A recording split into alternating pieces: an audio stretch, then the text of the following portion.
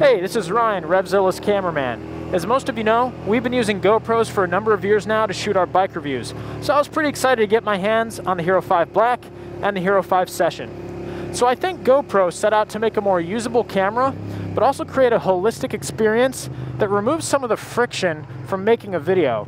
Frankly, making a video is hard work, so it seems to me that GoPro is just trying to make that process a little bit easier. So I'm going to pull over here and jump in the garage and give you my review of the Hero5 Black and Hero5 Session, with a bit of a motorcyclist bias, of course. Here's how I'm going to approach this review. I'm going to start by talking about the top new features of these two cameras, and then I'm going to move on to some comparison footage between all four of these cameras. If you don't care about top new features, feel free to click the menu and skip ahead to the comparison footage. Let's jump right in. So in the Hero5 line, gone is the Hero4 Black, Hero4 Silver, and Hero4 Session. Although technically, I'm pretty sure the Hero4 Session has simply been rebranded the Hero Session. Now the Hero5 Black comes in at $100 less than the Hero4 Black when it was released, so that's $399. The Hero5 Session, $299, the Hero Session, $199. Construction. I'm going to focus mainly on the Hero5 Black because the Hero5 Session and the Hero4 Session construction is exactly the same, besides the fact that now with the Hero5 Session, they've moved to a USB-C port in lieu of the micro USB port on the Hero4 Session. So if you want my general thoughts on the Session construction, just click the info button and take a look at my Hero4 Session review. So back to the Hero5 Black. This guy is now waterproof to 33 feet without a housing. So instead, you get a frame in the box. Now there's still dive housings available, but those are sold separately for $50. So motorcyclists have been asking me the question, what if my lens gets all scratched up since this guy isn't in a housing anymore? Well, check this out. GoPro sells replacement lenses for $20. Now for you moto vloggers out there, you might be wondering, hey, looks like that side door is attached now. Can I still run a wired mic when it's in the housing? Well, it's true. They redesigned the side door so it doesn't just fall off like it did with the Hero4 line, but it's still removable.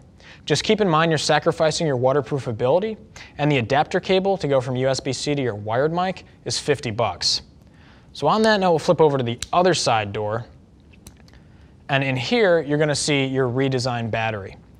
Now, unfortunately, you can't use your Hero4 batteries, but this is higher capacity, so I'll talk about that in a few minutes.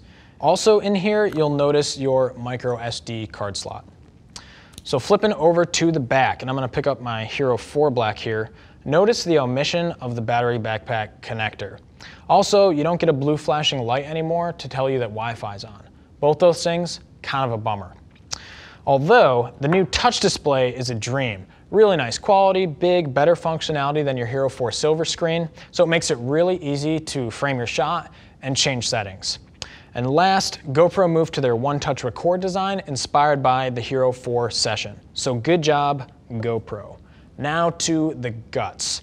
Video stabilization is now available on the Hero5 Black and the Hero5 Session. It's about time GoPro came out with this. Let's take a look.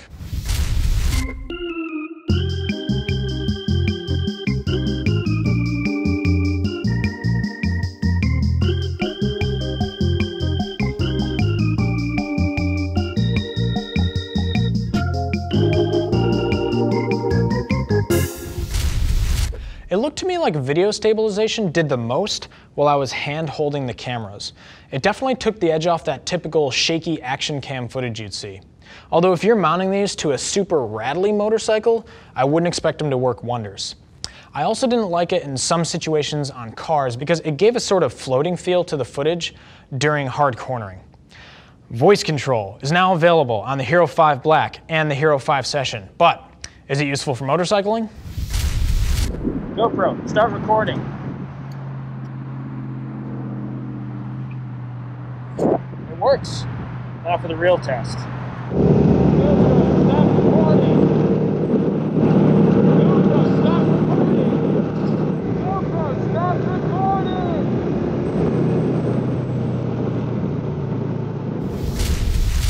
Now I know it's ridiculous to expect voice control to work at high speeds, but I was pleasantly surprised that with my bike idling at a stoplight, voice control actually worked if I yelled loud enough.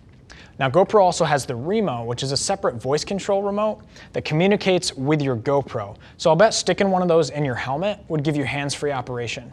But they're $80 and that's a pretty steep price tag in my opinion. Keep in mind, the smart remote that you might have had for your Hero 4 line will also work with the Hero 5 line.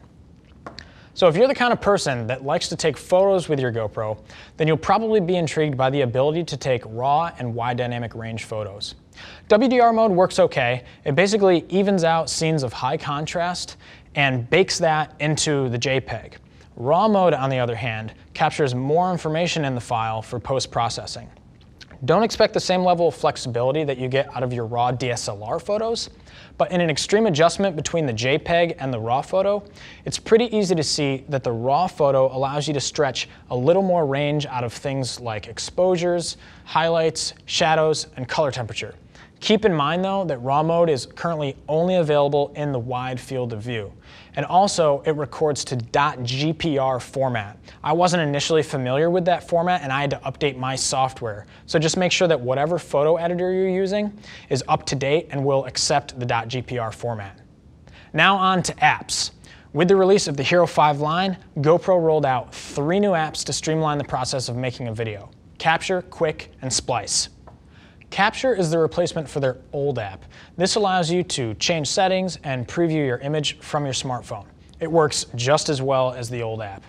Now, if you don't like the process of editing video, you'll probably like Quick. It allows you to select photos and videos, and it creates a mashup cut to music, but still allows you the ability to change some things like mood, clip order, length, and you can share straight to social media. Splice offers a more traditional approach to video editing, but on your smartphone. It's basically a very powerful editing program, but in the palm of your hand. While I don't see myself using this app, I see how powerful this app is, and I think there's people out there that are going to use it to its full potential. Next up, GoPro rolled out Gopro Plus. It's a subscription-based service that allows you to auto-upload your up to 1080p footage directly from your GoPro to the cloud. It's $5 a month, and with that, you get a 20% discount on accessories like sticky mounts, batteries, cases, etc. Now for a couple notables. The Hero 5 Black and Hero 5 Session capture location metadata in the photos and videos. Big deal. This feature pales in comparison to the Garmin Verb Ultra 30's ability to overlay all sorts of graphical information on your video. Maybe that functionality will come in a later update, but for now, GoPro is way late to the game on this one. One final notable to mention before we move on to comparisons.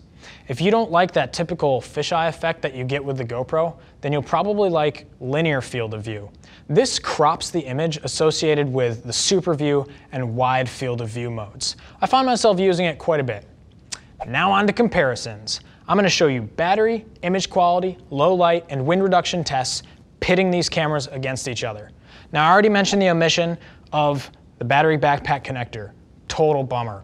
But this test is going to be straight up all cameras recording in 1080, 30 frames a second with the internal battery.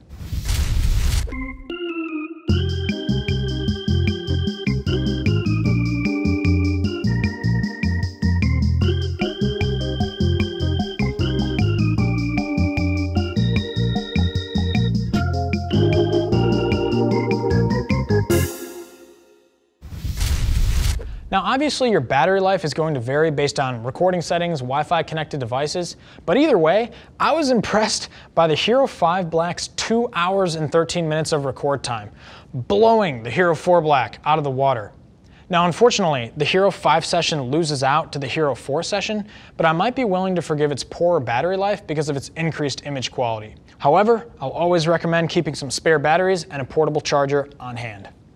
Next up is image quality. The Hero 5 Black and the Hero 4 Black image quality are very comparable.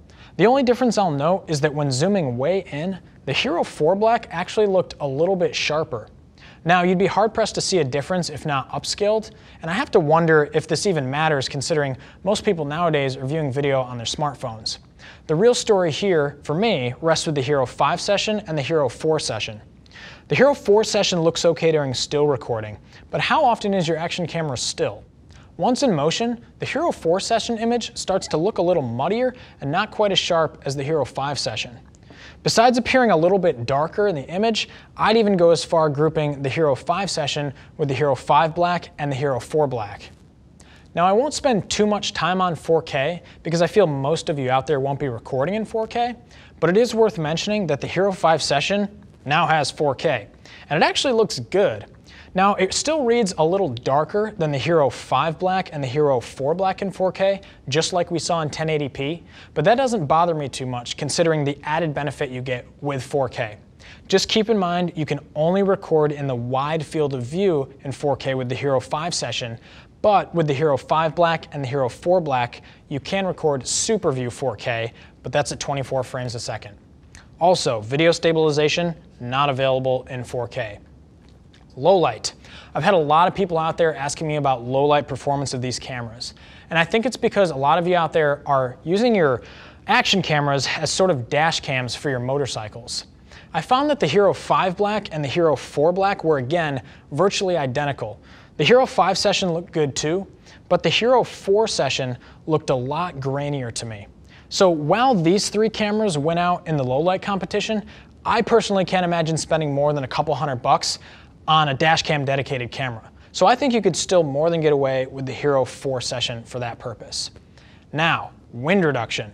Technically a new feature of the Hero 5 Black, but I'm lumping it in with comparisons, which I'll explain in a sec.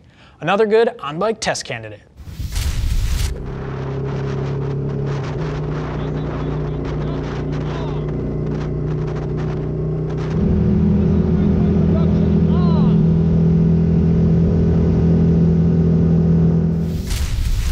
I couldn't believe how well this feature worked, especially considering the dual mic setup of the Hero 4 Session was originally supposed to help with this issue, but I wasn't completely satisfied. If you were using this solely for motorcycling, I just leave it on all the time. At this stage of the game, GoPro is no longer the sole option for capturing footage from angles and places that was never before possible. Although I do think that GoPro has shifted their focus to creating an entire experience that allows you as the user to more easily create content and share with the world. I think the new line of GoPros barely edge out the competition, but the usability factors and streamlined nature of creating a video from beginning to end that GoPro now offers is going to be a big selling point for a lot of people. Well, there you have it. I hope at the very least this has helped make your decision a little bit easier. Be sure to click the info button to go to the product page to see what other people are saying about the Hero 5 Black and the Hero 5 Session. And if you have any questions, feel free to hit me up in the comments section below.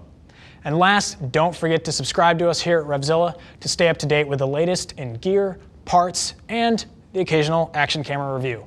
I'm Ryan, and I'll see you next time.